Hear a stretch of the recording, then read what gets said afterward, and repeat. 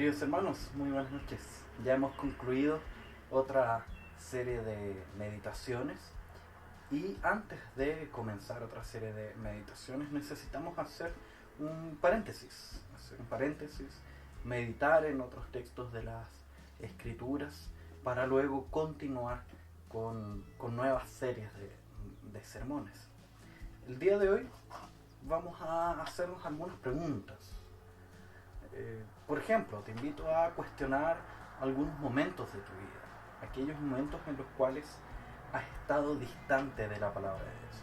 No sé si alguna vez te ha pasado que te has acercado a las escrituras y no has encontrado un aliento, un consuelo, ha sido una lectura estéril de la palabra de Dios.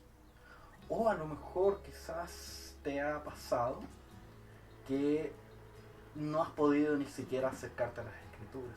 Has pasado quizás momentos, días, semanas, incluso meses, en los cuales no has podido orar como te gustaría, no has podido leer la Biblia como te gustaría, no has podido reunirte con tus hermanos, no por el contexto que estamos viviendo, sino que por ciertas intenciones de tu corazón.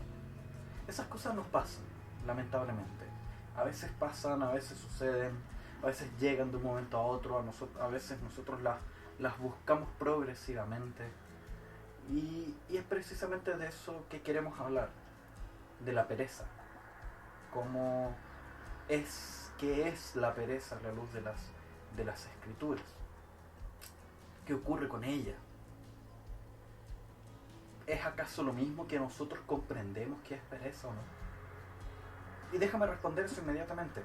No, no es lo mismo que muchas veces en lo común se entiende por pereza.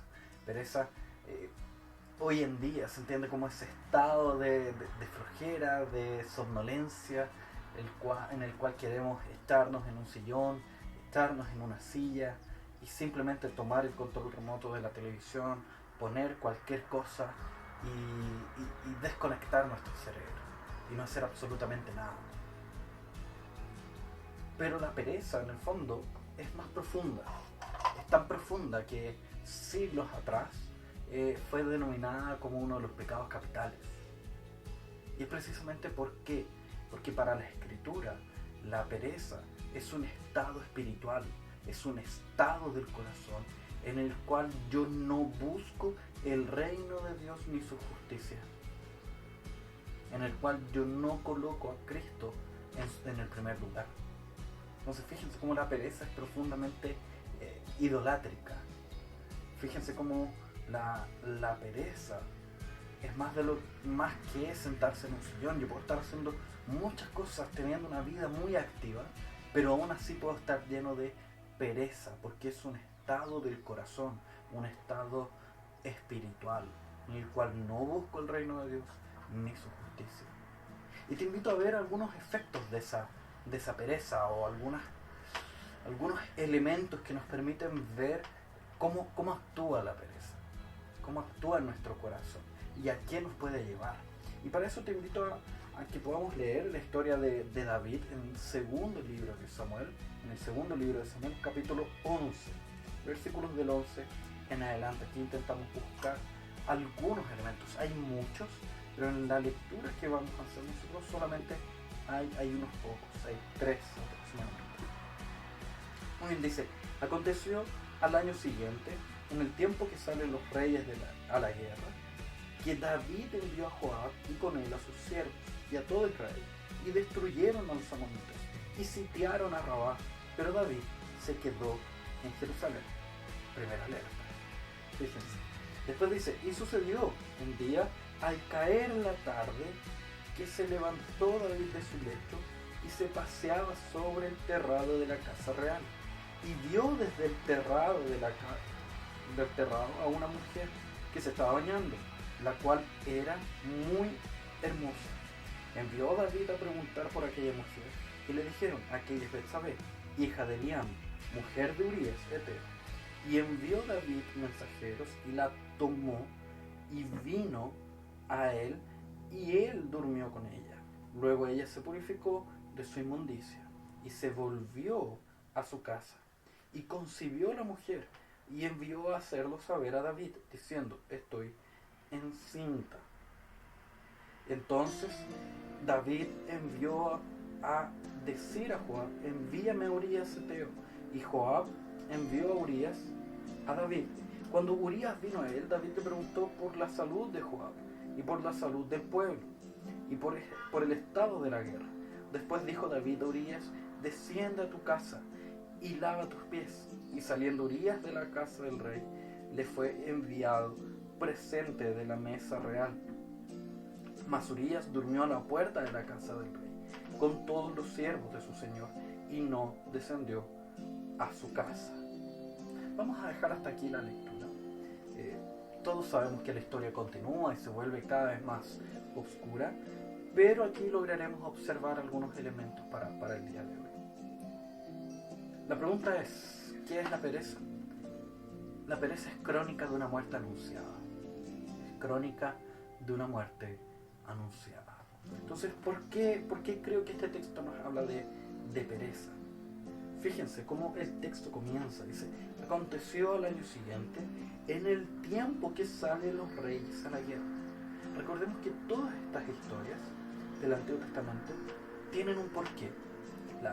La narración histórica del Antiguo Testamento es bien especial, porque cada elemento que se menciona no es en vano.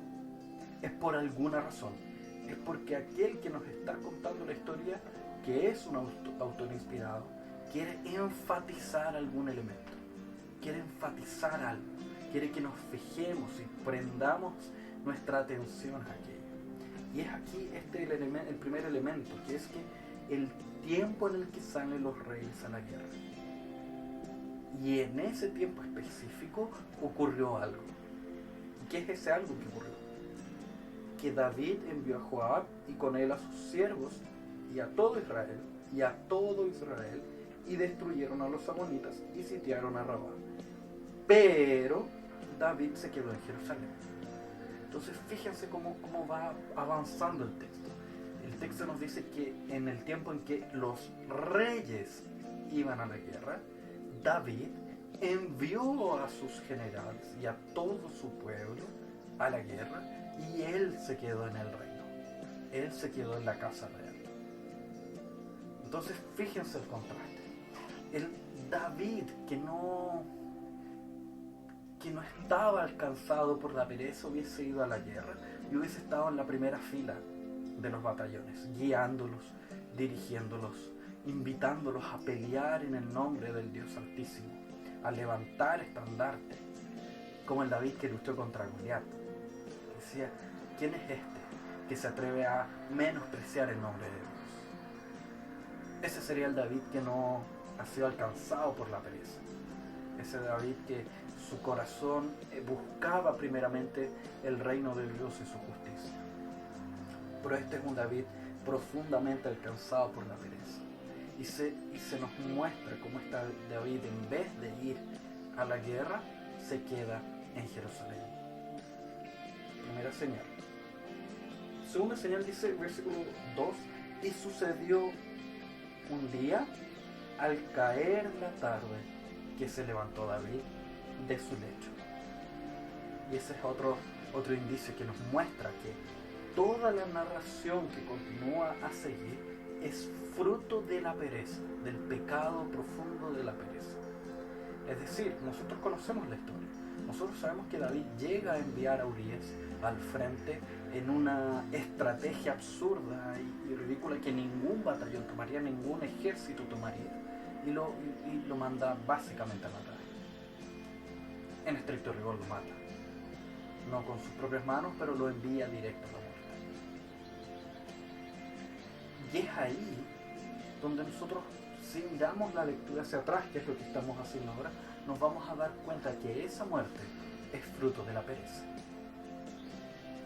Era este camino de destrucción que sigue David es profundamente predecible por estos primeros versículos. Era obvio que David iba a tomar a Betsabé cuando la viera, era obvio que David iba a intentar encubrir el pecado, era obvio que David iba a intentar matar a Urías. ¿Por qué era obvio? porque él estaba en un estado espiritual de pereza en el cual no busca el reino de Dios ni su justicia. Y es aquí a donde vemos a qué nos lleva la pereza. Y este es el primer punto que quiero tratar con ustedes. Fíjense, en el mismo versículo 2, que se levantó David de su lecho y se paseaba sobre el terrado de la casa real y vio desde el terrado a una mujer que se estaba bañando, la cual era hermosa. Ustedes pueden decir, oye, pero eso no tiene nada de malo. Pero recordemos un poco qué es lo que está por detrás de ese caminar y mirar el reino.